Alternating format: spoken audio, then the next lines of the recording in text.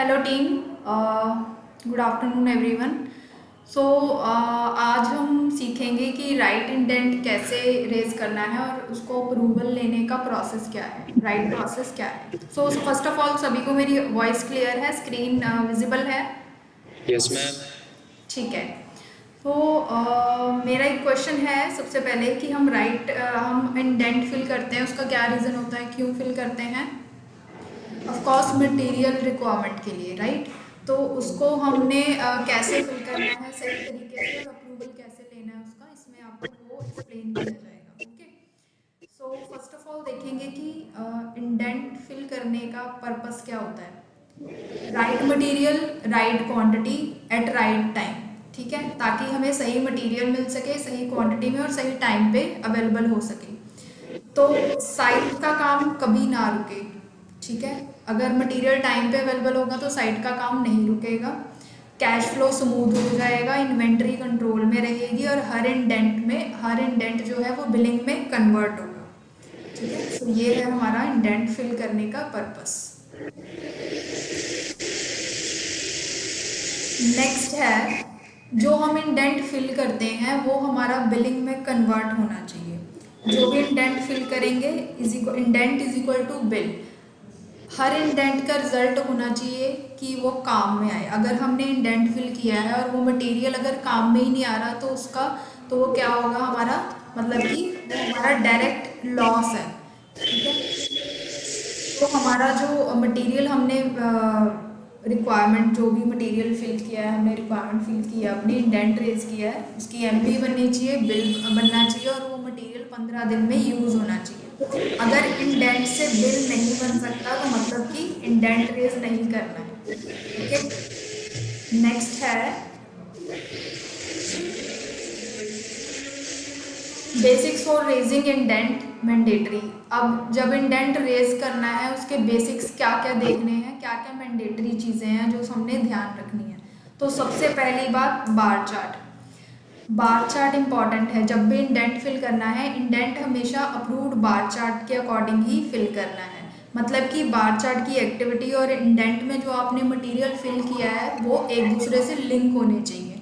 ठीक है, अगर बार चार्ट अवेलेबल नहीं है तो हमने क्या यूज़ करना है, डिलीवरी अपनी हैंड ओवर डेट या प्रोजेक्ट डिलीवरी कब की है, कब हमने प्रोजेक्ट डिलीवर करना है, हैंड ओवर डेट किस दिन की है, उस डेट के अकॉर्डिंग ही हमने इंडेंट रेज करना है। सेकंड, बार चार्ट में एक्टिविटी नहीं है तो इंडेंट रेज हमने नहीं करना है। ठीक है, फॉर एग्जांपल उसके बाद है फॉर एग्जांपल की बार चार्ट के अकॉर्डिंग हमने पाइपिंग जो है 20 जनवरी को लगवानी है, तो इंडेंट कब रेज होना चाहिए, 7 से 10 दिन पहले, यानी कि 10 जनवरी को इंडेंट रेज करेंगे। ठीक है, ना उससे ना लेट ना जल्दी।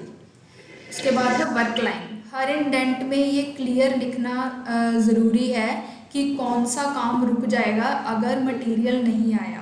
जो आप इंडेंट रेज कर रहे हो, अगर वो मटेरियल नहीं आएगा साइड पे तो कौन सा ऐसा काम है जो रुक जाएगा, तो वो इंडेंट के अंदर लिखना इंपॉर्टेंट है। दूसरी चीज़ स्पेसिफाई करनी है लोकेशन। लोकेशन कैसे स्पेसिफाई करनी है, फॉर एग्जांपल आपको जीआई पाइप्स चाहिए, तो जीआई पाइप किस लिए चाहिए, first of all toilet plumbing के लिए चाहिए, ब्लॉक ए में चाहिए, कौन से फ्लोर पे, थर्ड फ्लोर पे यूज़ होगा। तो ये प्रॉपर स्पेसिफिकेशन लिखी होनी चाहिए कि ये मटेरियल यहाँ पे यूज़ होना है, प्रॉपर लोकेशन मेंशन होनी चाहिए उसमें। मैंडेटरी चीज़ें हैं जो इंडेंट में हमने वो करनी है, मेंशन करनी है।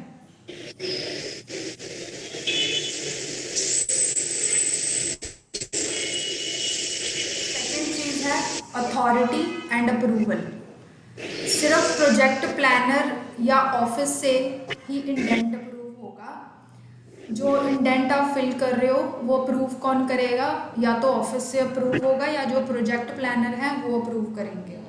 दूसरा, site store execution team self approval नहीं दे सकती है। कोई भी साइट का पर्सन या स्टोर का पर्सन या कोई एग्जीक्यूशन टीम है वो इंडेंट अप्रूव नहीं करेंगे।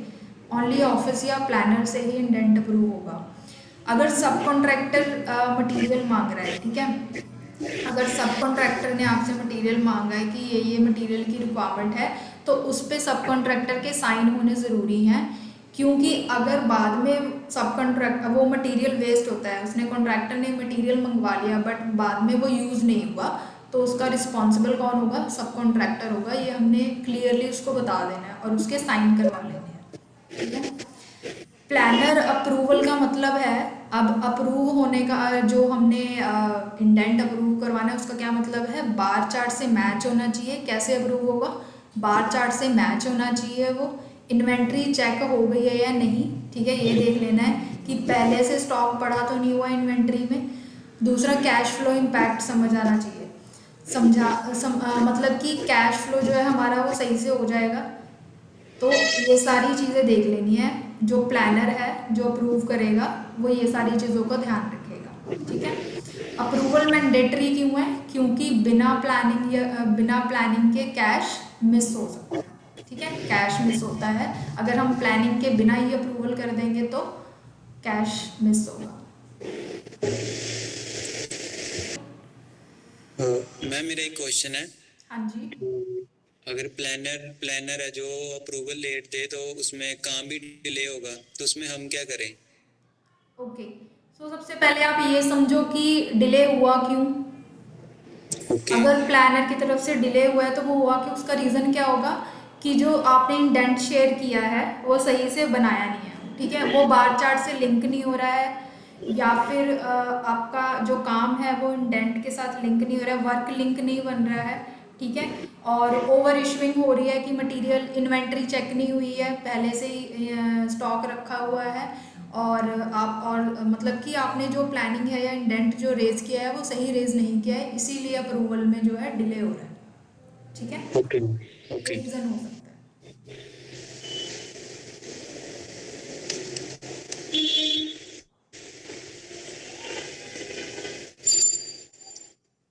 नेक्स्ट है कि इंडेंट हमने रेज कब करना है। तो इंडेंट रेजिंग डे क्या होना चाहिए? सैटरडे होना चाहिए। सिर्फ सैटरडे को ही इंडेंट रेज करना है। फ्रीक्वेंसी क्या होनी चाहिए कि हर साइड से मैक्सिमम एक इंडेंट आएगा एक हफ्ते में। एक हफ्ते में सिर्फ हर साइड से एक ही बार इंडेंट फिल किया जाएगा। एडवांस प्लानिंग एक्टिविटी से 10 दिन पहले इंडेंट रेज करो।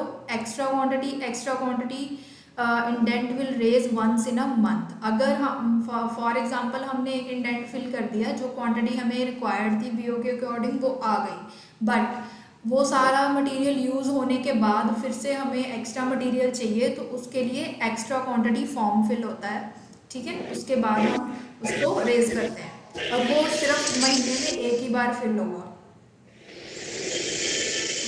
ओके। उसके बाद रीजनल लीड टाइम क्या होना चाहिए?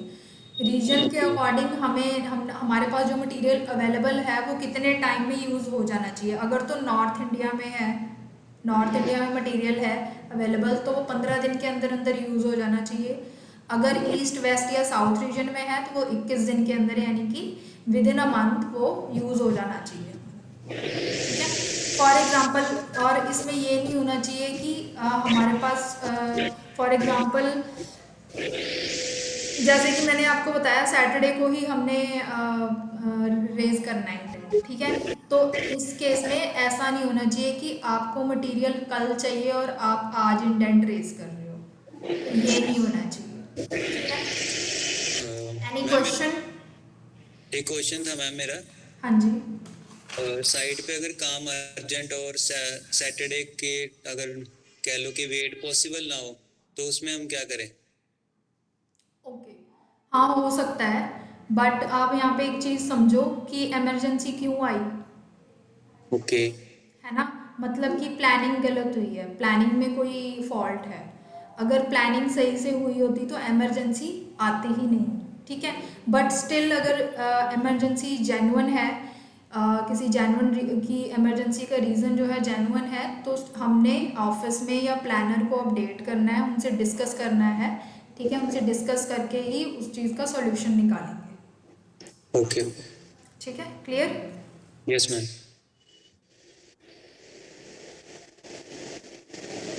नेक्स्ट है quality rules, sorry quantity rules, BOQ कंजूसी पॉलिसी। अब यहाँ पे हम समझते हैं कि इंडेंट क्वांटिटी हमेशा एज पर BOQ होनी चाहिए, BOQ के अकॉर्डिंग क्वांटिटी होनी चाहिए, जो भी आप इंडेंट में फिल कर रहे हो एग्जैक्ट उसमें BOQ नंबर मेंशन होना चाहिए, आपकी जो इंडेंट कॉपी है उसके अंदर प्रॉपर साइट रियलिटी के हिसाब से हो।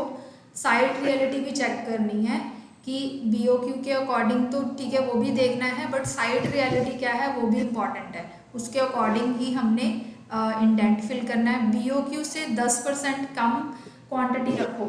देखो ये क्यों है, ये क्यों बोला गया है कि BOQ से 10% कम रखनी है, ये सेफ्टी कंट्रोल के लिए है। लास्ट 10% के लिए मैक्सिमम कॉशन रखो, जस्ट इन केस या एक्स्ट्रा स्टॉक के लिए इंडेंट मत उठाओ। ओके मैम, हाँ जी। एक क्वेश्चन था मेरा। हाँ जी। हाँ जी। BOQ से 10% कम क्यों रेज करना है? ऐसे तो काम तो रुक सकता है ना? हाँ जी, देखो 10% इसलिए बोला गया है कि 10% क्यों हमने एक सेकेंड यार, 10% इसलिए क्योंकि वो हमने ताकि हमारा जो कैश है कैश ना रुके, ठीक है, और एक्स्ट्रा स्टॉक हमारे पास इकट्ठा ना हो साइड पे, इसलिए हम 10% कम भेजते हैं। BOQ जितना है उससे 10% कम मटेरियल भेजते हैं, ठीक है, सो दैट कि हमारा कैश स्टक ना हो जाए। और बाकी का जो 10% है हम तब भेजेंगे जब हमें एक्चुअल एग्जीक्यूशन का पता चल जाए, जैसे कि काम स्टार्ट हो गया, ठीक है, मटेरियल यूज़ होता जा रहा है, ठीक है, और हमें पता चल जाएगा कि एक्चुअल कितना एग्जीक्यूट हो चुका है और आगे हमें और कितनी रिक्वायरमेंट हो सकती है, फिर उसके अकॉर्डिंग हम बाकी का मटेरियल भेजेंगे। इसलिए 10% हम रख के चलते हैं, BOQ से 10% कम भेजते हैं। ओके। एक और क्वेश्चन था मैम मेरा। हाँ जी। मैम, अगर साइट की कंडीशन चेंज हो जाए और BOQ क्वांटिटी कम पड़ जाए तो उसमें क्या करेंगे आप? तो देखो जैसे कि मैंने पहले ही बताया आपको, एक्स्ट्रा क्वालिटी है ना, सॉरी एक्स्ट्रा क्वांटिटी फॉर्म भरते हैं हम, ठीक है, जब हमारा मटेरियल कम पड़ जाता है तो हम क्या फिल करते हैं, एक्स्ट्रा क्वालिटी फॉर्म, तो यहाँ पे हम वो यूज़ कर सकते हैं। हम एक्स्ट्रा क्वांटिटी फॉर्म फिल करेंगे CRM से। अभी यहाँ पे देखो हमने क्या क्या ध्यान रखना है जब हमने एक्स्ट्रा क्वांटिटी फॉर्म फिल करना है। एक्स्ट्रा क्वांटिटी प्रोसेस क्या होगा, अगर BOQ क्वांटिटी काफ़ी नहीं है, ठीक है, हमने क्योंकि 10% हमने उसमें मार्जिन रख के चला है कि हमने 10% कम भेजना है, ठीक है, तो इसमें क्या क्या प्रोसेस फॉलो करना है, एक्स्ट्रा क्वांटिटी फॉर्म भरना है सबसे पहले, फिर CRM या मैनेजमेंट से अप्रूवल लेना है, फिर बिजनेस बुकिंग करनी है, तब जाके इंडेंट रेज करना है। ओके। ठीक है, तो डायरेक्ट एक्स्ट्रा इंडेंट या बिना CRM के अप्रूवल के वो रिजेक्ट हो जाएगा। Okay ma'am. ठीक है।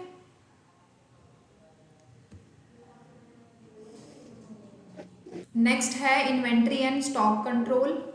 तो इंडेंट रेज करने से पहले ये कंफर्म करो कि ओल्ड मटेरियल यूज हो गया है या नहीं, ठीक है, PO मटेरियल अनयूज तो नहीं पड़ा हुआ, साइट पर ऑलरेडी 21 दिन का स्टॉक अवेलेबल है या नहीं है। टारगेट क्या होना चाहिए कि इन्वेंट्री हमारी जो है वो 21 दिन के अंदर अंदर यूज़ हो जानी चाहिए, मतलब टारगेट 21 दिन है बट वो 15 दिन के अंदर अंदर यूज़ हो जानी चाहिए, उससे ज़्यादा हमने वो मटेरियल साइट पे नहीं रखना है, क्योंकि उससे ज़्यादा अगर हम मटेरियल साइट पे रखेंगे तो वेस्टेज है वो। ओके। एक क्वेश्चन था मैम। हाँ जी। मटेरियल साइट पे पड़ा है जैसे और यूजेबल कंडीशन में नहीं है, तो इंडेंट कैसे रेज करें उसमें? ओके, तो देखो सबसे पहले तो हमने देख लेना है कि जो हमारे पास हमारे पास सबसे पहले देखना है कि मटेरियल अगर रखा है बट वो यूजेबल कंडीशन में नहीं है, तो क्या हम उसको रीवर्क में यूज़ कर सकते हैं या रिपेयर के काम में यूज़ कर सकते हैं, ठीक है, तो उसको उस चीज़ में यूज़ कर लेना है। या फिर हमारे पास जो स्क्रैप है उसको हम कैसे रिकवर कर सकते हैं, जो मटेरियल हमारे पास ऑलरेडी है बट वो यूजेबल कंडीशन में नहीं है बट वो स्क्रैप है, तो स्क्रैप को हम कैसे रिकवर कर सकते हैं, क्या वो पॉसिबल है, रिकवर करना पॉसिबल है या नहीं, ये देखेंगे, ठीक है। तीसरा चीज़ हमने देखनी है कि स्टोर से रिप्लेसमेंट करवा सकते हैं या नहीं। फॉर एग्ज़ाम्पल कि आपके पास जो मटेरियल है वो यूजेबल नहीं है, ठीक है, साइट पे जो रखा है, हो सकता है कि वो हमारे पास स्टोर में वो मटेरियल ऑलरेडी अवेलेबल हो, तो इंडेंट रेज करने से पहले हमने स्टोर चेक कर लेना है कि स्टोर के अंदर वो मटेरियल रिप्लेस कर सकते हैं या नहीं कर सकते। उसके बाद हमने इंडेंट रेज करना है, तो इंडेंट रेज जो है हमारा लास्ट ऑप्शन होना चाहिए। Okay ma'am. ठीक है, ये सारी चीज़ें चेक करने के बाद okay. Clear. Yes ma'am. Okay, next है full kitting and item details. हर इंडेंट में ये सब चीज़ें इंक्लूड होनी चाहिए। तो जब इंडेंट फिल करेंगे उसकी फुल किटिंग होनी चाहिए। कैसे? मेन आइटम और सारी एसेसरीज उसमें लिखी होनी चाहिए। फॉर एग्जांपल मेन आइटम है पाइप, तो पाइप के साथ एसेसरीज कौन कौन सी होंगी? उसके सपोर्टर्स हो गए, स्क्रू हो गए, ये सारी चीज़ें हो गई, पाइप की एसेसरी हो गई। ठीक है, तो मेन आइटम जो है प्लस उसकी एसेसरीज भी हमने मेंशन करनी है इंडेंट के अंदर। उसके बाद एसेसरीज में जैसे कि बैंड हो गया, टी हो गया, सॉकेट है, रिड्यूसर है, तो ये ड्राइंग के साथ क्रॉस चेक कर लेने हैं। ड्राइंग के साथ क्रॉस चेक करके जो एक्चुअल आइटम है और उसके एसेसरीज क्या क्या लगेंगी वो सब चीज़ें मेंशन कर देनी है। लोकल वेल्डर, टेक्नीशियन या सब कॉन्ट्रैक्टर से भी हेल्प ले सकते हैं आप। ठीक है, अगर आपको एग्जैक्ट एसेसरीज का नहीं पता है तो हम उनसे भी हेल्प ले सकते हैं। अब इसमें हमने मैंडेटरी डिटेल्स क्या क्या मेंशन करनी है? आइटम का नाम मेंशन करना है, मेक मेंशन करना है, बीओक्यू नंबर मेंशन करना है और पीओ रेफरेंस। कौन से पीओ के अगेंस्ट हम ये इंडेंट फॉलो रेज कर रहे हैं। ठीक है,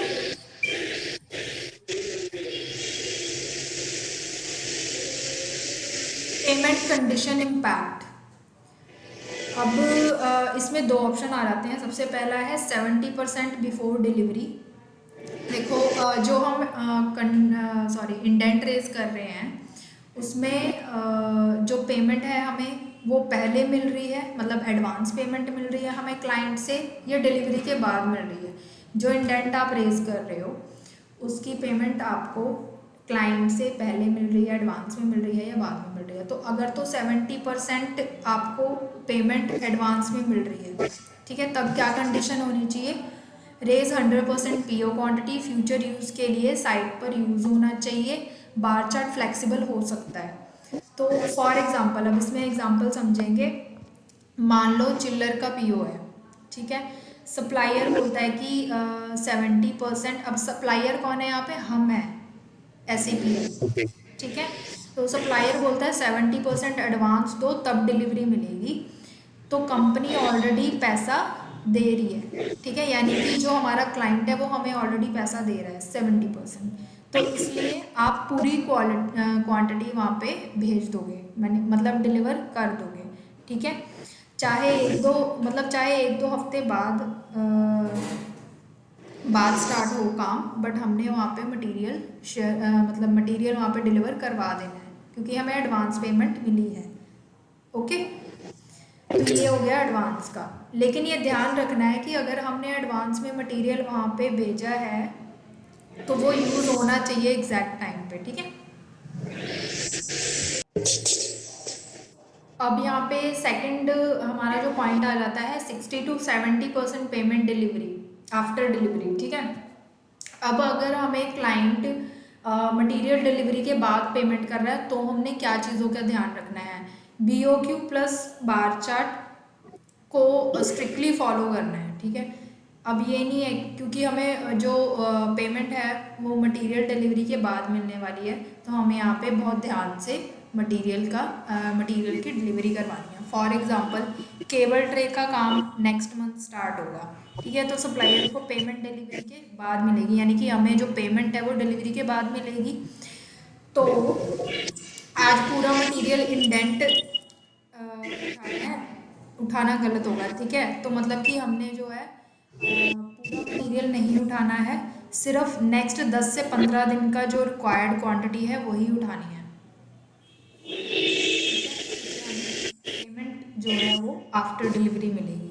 रीज़न, क्योंकि कंपनी का पैसा ब्लॉक हो जाएगा। अगर हम पहले ही से ही ज़्यादा मटेरियल भेज देंगे या एक्स्ट्रा मटेरियल भेज देंगे तो हमारे पैसे रुक जाएंगे, प्लस इन्वेंट्री का भी रिस्क बन जाता है। ठीक है, क्योंकि अगर वो हमने मटेरियल भेज दिया एडवांस में, अगर वो यूज़ नहीं हुआ, इसलिए हमने उसको कंट्रोल वे में मटेरियल भेजना है और स्ट्रिक्टली तरीके से मटेरियल भेजना है। अगर तो हमें एडवांस पेमेंट मिल रही है क्योंकि क्लाइंट पैसा दे रहा है तो हमें मटेरियल भेजना ही पड़ेगा। BOQ के अकॉर्डिंग। बट अगर एडवांस पेमेंट नहीं है तो हम स्ट्रिक्टली उस चीज़ को फॉलो करके उतना ही मटेरियल भेजेंगे जितना कि रिक्वायर्ड है, जितना कि हफ्ते 10 दिन के अंदर यूज़ हो जाए। ठीक है, यहाँ पे ये था। यस। उसके बाद है प्रायोरिटी ऑर्डर। अब प्रायोरिटी क्या होनी चाहिए, RGP आइटम्स और FOC आइटम्स, PO आइटम्स। जैसे कि मैंने पहले ही बताया कि अगर मेन आइटम हम भिजवा रहे हैं तो उसके साथ में जो उसकी एसेसरीज़ हैं वो भी उसके साथ ही भिजवानी है। अब FOC आइटम्स हमेशा PO आइटम्स के साथ ही मूव करने चाहिए। ये नहीं कि हमने पाइप पहले भेज दिया, उसकी एसेसरीज़ भेजी नहीं है, राइट। तो वो चीज़ें क्या है, हमें डबल खर्चा पड़ेगा। पहले हमने केबल्स भेज दी, हमने पाइप्स भेज दी, उसकी एसेसरीज हम बाद में भेज रहे हैं, तो वो डबल खर्चा हो जाएगा। इसलिए प्रायोरिटी ऑर्डर सेट करके ही हमने सारी चीज़ें शेयर करनी है।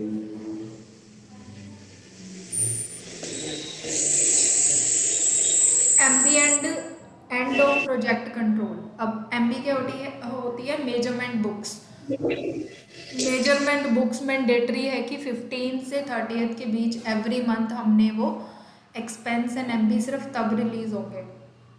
ठीक है, तो 15 से 30 के बीच में हमने जो है MB बुक्स शेयर कर देनी है। उसमें क्या क्या मेंशन करना है, स्क्रैप रिकवरी कंप्लीट हो, मंथली ऑडिट हो चुकी हो, डन हो। ठीक है, ये सब चीज़ें उसमें होनी चाहिए। Project closure rule, delivery, MB, stock register. अगर मिसमैच है मतलब थेफ्ट हुआ है, मटेरियल कंट्रोल में नहीं है, बिलिंग पेंडिंग है। ठीक है, अगर ये MB बुक हमने टाइमली हम नहीं कर रहे हैं फॉलो, इसको नहीं कर रहे हैं 15th को और 30th को, जैसे कि हमने डिसाइड किया है एवरी मंथ भेजनी है, अगर 15th या 30th को नहीं भेज रहे हैं तो उसमें क्या रिस्क आ जाता है कि बिलिंग पेंडिंग पड़ी रहती है और हमारा कैश फ्लो रुक जाता है। ठीक है, रिजेक्शन कंडीशंस। रिजेक्शन जो आप इंडेंट रेज करते हो वो रिजेक्ट क्यों होता है, आइटम ऑलरेडी डिस्पैच्ड है। ठीक है, आइटम ऑलरेडी डिस्पैच्ड है, आपने फिर से वो इंडेंट में फिल कर दी, इसलिए रिजेक्ट हो जाएगा। क्वांटिटी BOQ से ज़्यादा है, आपने इंडेंट में क्वांटिटी BOQ से ज़्यादा फिल करी है, एक्स्ट्रा फॉर्म अप्रूव नहीं हुआ है। आपने एक्स्ट्रा क्वांटिटी फॉर्म अगर फिल किया वो मैनेजमेंट से अप्रूव नहीं हुआ है, तब भी आपका इंडेंट रिजेक्ट हो जाएगा। फुल किटिंग नहीं है इंडेंट की, तब भी आपका, फॉर एग्जांपल आपने वहाँ पे मेन आइटम्स लिख दी इंडेंट में लेकिन एसेसरीज लिखी ही नहीं है, तो यानी कि फुल किटिंग नहीं हुई इंडेंट की, तब आपका इंडेंट रिजेक्ट हो जाएगा। साइट पर 21 दिन से स्टॉक पड़ा हुआ है, मतलब कि जहाँ पर आप मटेरियल मंगवा रहे हो, इंडेंट रेज कर रहे हो, वहाँ पे ऑलरेडी स्टॉक पड़ा हुआ है, तब भी आपका इंडेंट जो है रिजेक्ट हो जाएगा। End of the project check delivery, MB, stock register, ये सारी चीज़ें हमने चेक करनी होती हैं एंड ऑफ द प्रोजेक्ट।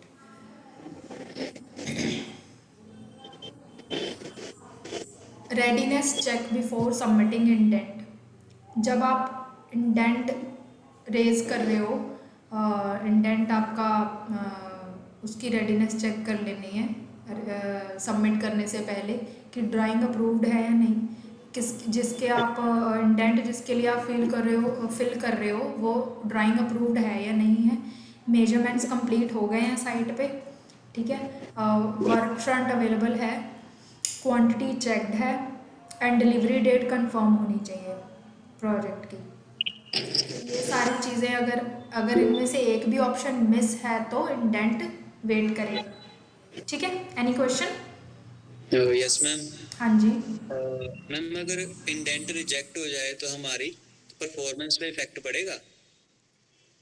देखो, एक दो बार अगर स्टार्टिंग में इंडेंट आपका रिजेक्ट होता है, ठीक है, तो वो अलाउड है क्योंकि आप भी सीख रहे हो, ठीक है, अभी तो उसमें एक दो बार है तो अलाउड है, बट बार बार अगर मिस हो रहा है तो मतलब कि आपकी प्लानिंग सही नहीं हो रही है। ठीक है, तो उसमें फिर आपका परफॉर्मेंस पे इफेक्ट पड़ सकता है।